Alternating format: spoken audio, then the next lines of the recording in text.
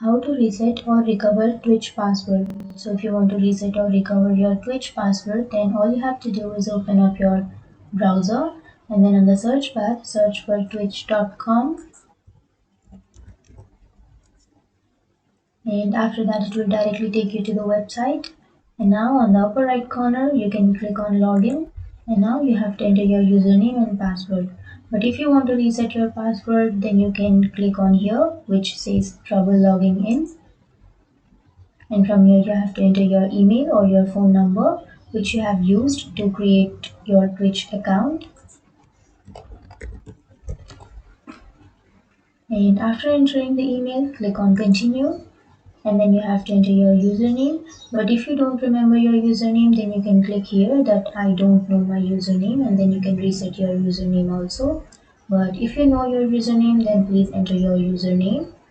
And after entering your username, click on send my password reset link. Now you have to check your email. Now here you can see that you will find reset your password option. Click on that, and then from here you can set a new password.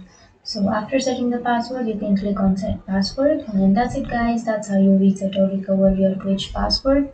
And if you have any questions, feel free to comment below. Thanks for watching.